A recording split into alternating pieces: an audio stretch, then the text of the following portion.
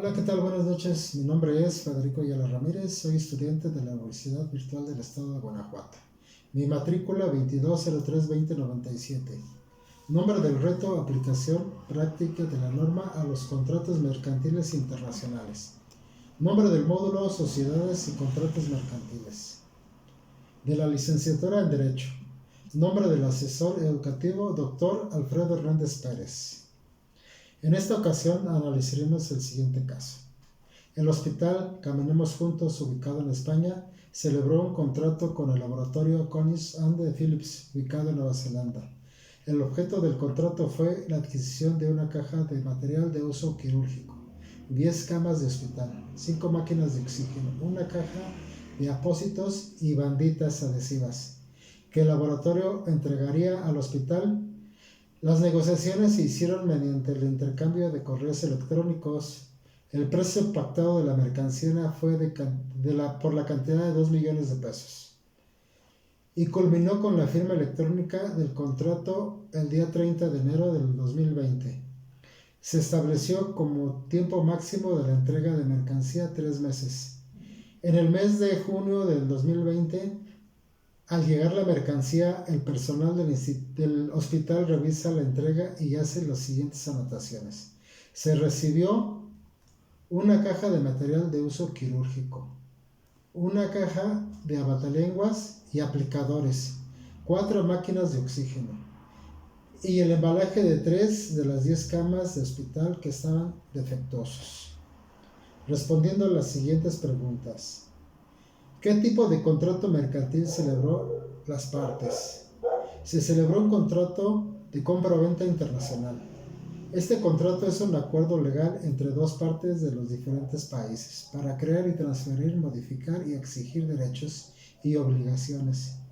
En este caso, hablamos del hospital, que se ubica en España y va a adquirir mercancías de un laboratorio que se encuentra en Nueva Zelanda, que se establecen en los términos y condiciones de una transacción de compraventa de mercancías, tal lo menciona la Convención de Naciones Unidas sobre los contratos de compraventa internacional de mercancías, celebrada en Viena en 1980. Entró en vigor en marzo del 88. Esto lo menciona en los artículos 1, 3 y 7. El contrato se puede considerar de carácter internacional. Este contrato sí es considerado contrato internacional, ya como se menciona anteriormente, se está celebrando entre partes que se establecen en estados diferentes de acuerdo a la Convención Interamericana de Derechos Aplicables a Contratos Internacionales, suscrita en México DF en 1994. En el artículo 1 menciona que se entenderá un contrato internacional si las partes del mismo tienen su residencia habitual o su establecimiento en estados partes diferentes.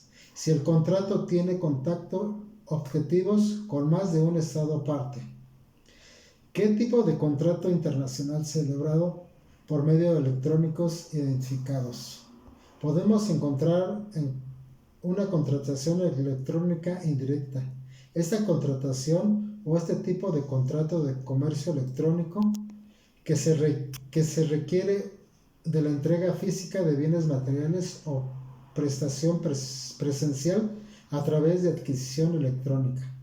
Nos encontramos con un contrato electrónico mercantil internacional, ya que cada una de las partes es una empresa. ¿Qué obligaciones corresponden a cada parte por la suscripción del contrato? Podemos encontrar las obligaciones del vendedor del artículo 30 al artículo 52 de la Convención de las Naciones Unidas sobre la venta internacional de mercaderías. Algunas de estas obligaciones de quien venden son entregar el o los objetos vendidos y su documentación en las condiciones que estipula el contrato, así como la fecha, lugar, plazo determinado el mismo. Las obligaciones de quien compra las encontramos en el artículo 53 al 60 de la Convención de las Naciones Unidas sobre la Venta Internacional de Mercaderías. Estas obligaciones son pagar el precio, la fecha, el lugar convenidos en el contrato. Cabe mencionar que si el comprador no cumple con sus obligaciones a tiempo, el vendedor puede fijar un plazo razonable para que lo haga. Las partes no señalaron la legislación, entonces, ¿cuál debe aplicarse?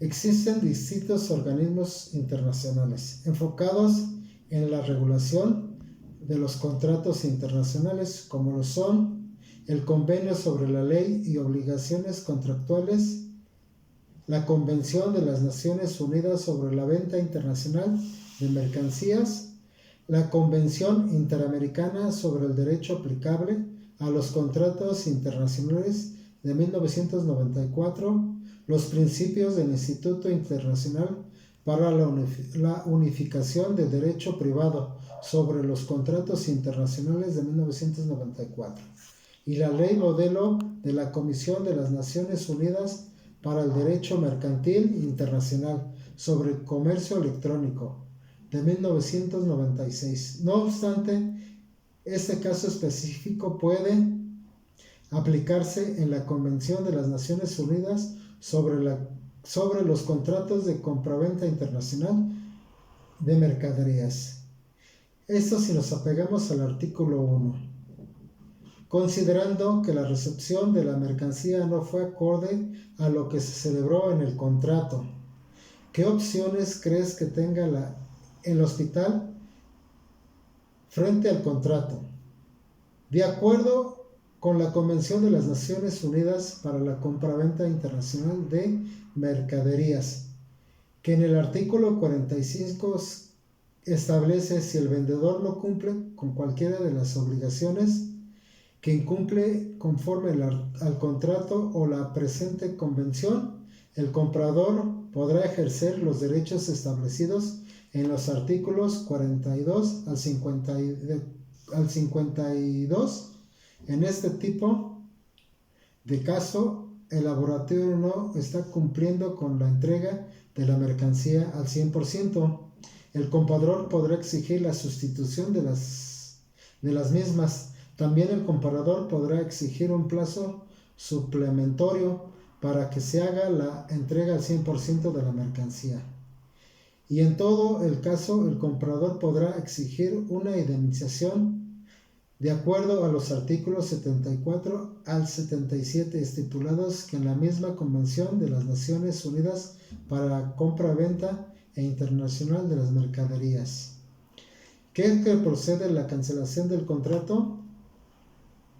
Sí se debe proceder debido al incumplimiento de las partes, debido a que el vendedor no cumple la obligación de entregar la mercancía ni en buen estado, ni completa, ni en la fecha que había realizado. Por lo tanto, la cancelación del contrato es completamente viable, de acuerdo al artículo 29 de la Convención de las Naciones Unidas para la Compra-Venta Internacional de Mercaderías.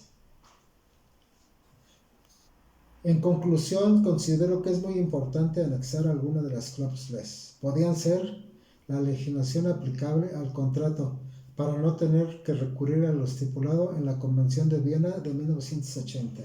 Ha de ser más de otra cláusula en la que se especifiquen las condiciones exactas donde los bienes deben ser entregados, las consecuencias de no hacerlo, además de las consecuencias un poco más claras y más específicas sobre la rescisión de contrato, lo que implica una penalización en el caso de la rescisión de contrato para ambas partes, para que pueda ser un poco más viable y prevenir conflictos en futuro. Muchas gracias, que tengan una excelente noche.